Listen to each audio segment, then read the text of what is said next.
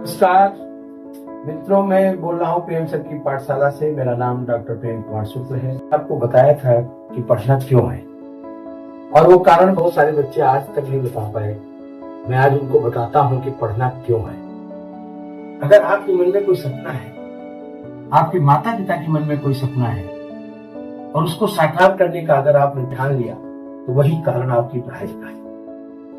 अगर आप चाहते हैं कि आप जिस अवस्था में रह रहे हैं, गरीबी की अवस्था है चाहे मध्यम वर्ग में रह रहे हैं, अगर उससे आगे बढ़ना चाहते हैं, तो वो कारण भी आपकी पढ़ाई का कारण है। अगर आप चाहते हैं कि हम देश और समाज को कुछ देकर जाएं, और जब हम जाएं तो हमारा नाम इस देश पे, इस धरा पर रह जाए, तो वो कारण भी पढ़ाई का कारण है। तो कोई न कोई एक कारण होगा, तभी आपका पढ़ने में मन लगेगा। जितने भी महापुरुष हुए उन्होंने क्या किया है? उन्होंने जब पढ़ाई के समय आया तो पढ़ाई की, और जब देश में सेवा करने का मौका आया तो देश की सेवा की। तो पढ़ाई का कारण बच्चों, अगर आप केवल अपने एंजॉयमेंट को ही पढ़ाई का कारण मानेंगे, तो कभी आप पढ़ाई की तरह उस गहराई में पढ़ाई नहीं कर पाएंगे जो आपको करना चाहिए।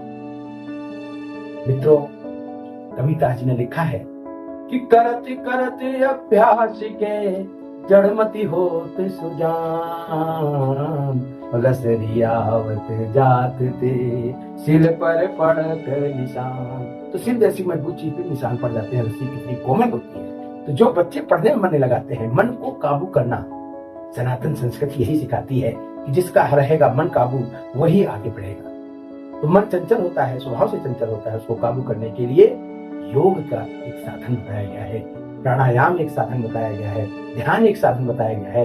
उन साधनों का प्रयोग करें और आप देखेंगे कि आपका मन आपके कहे अनुसार चलेगा। और जब आपका मन आपके कहे अनुसार चलेगा, तो जब उसको पढ़ने में लगाएंगे तो पढ़ेगा, और जब उसको खेलने में लगाएंगे तो खेलेगा। और जो भी काम करेंगे, सभी लोग कहते हैं ध्यान से पढ़ो, ध्यान से लिखो, ध्यान से खेलो, ध्यान से चलो। ये ध्यान क्यों है? वो ध्यान यही बात का है कि आपके मन को वहीं पर केंद्रित करके जब कोई काम करते हैं, तो उसका परिणाम 100% अच्छा आता है। तो मित्रों, कारण समझ में आ गया कि पढ़ना क्यों है। अब पढ़ना कैसे है? बहुत आसान है। जब समय मिलता है, अपने 24 घंटे के समय सारणी बनाएं, और जितना समय उसमें से बचा पाएं फालतू के कार्यों से, फालतू की बहस से, फालतू के मनोरंजन से, उसको पढ़ने में लगाएं। और कहानियां पढ़ें, जीवनियां पढ़ें, महापुरुषों के कथन पढ़ें, उनके द्वारा जो लिखे गए स्लोगन हैं उनको पढ़ें। अगर पढ़ेंगे तो आपके अंदर एक परिवर्तन आएगा, आपके अंदर एक चेतना आएगी, और आपके अंदर वो एक भारतीयता का भाव आएगा, आपके अंदर एक श्रेष्ठ मानव बनने का भाव आएगा।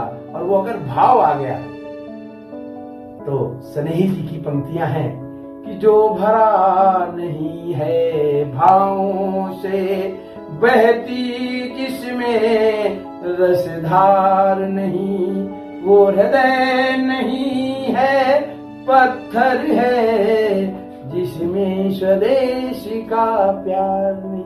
स्वदेश का प्यार होना चाहिए, स्वदेश का प्यार, स्वदेश को सर्वप्रथम बनाना है, राष्ट्र प्रथम की भावना के साथ विश्व में भारत प्रथम बने, इस भाव को अंदर जगाना है। अगर ये भाव हर बच्चे के अंदर जग जाएगा, तो भारत युवाओं का देश है।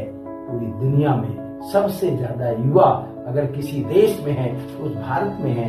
इसलिए प्यारे बच्चों, अपने को युवा समझ करके आने वाले भविष्य का, भारत का भविष्य समझकर पढ़ाई करनी है, और अपने जीवन को समुन्नत बनाना है। क्यों बनाना है? क्योंकि जब खुद समुन्नत बनोगे, खुद सुधरोगे, जग सुधरेगा। अगर खुद में परिवर्तन आएगा, तो देश में परिवर्तन आना निश्चित है। इसलिए कैसे पढ़े समझ में आ गया।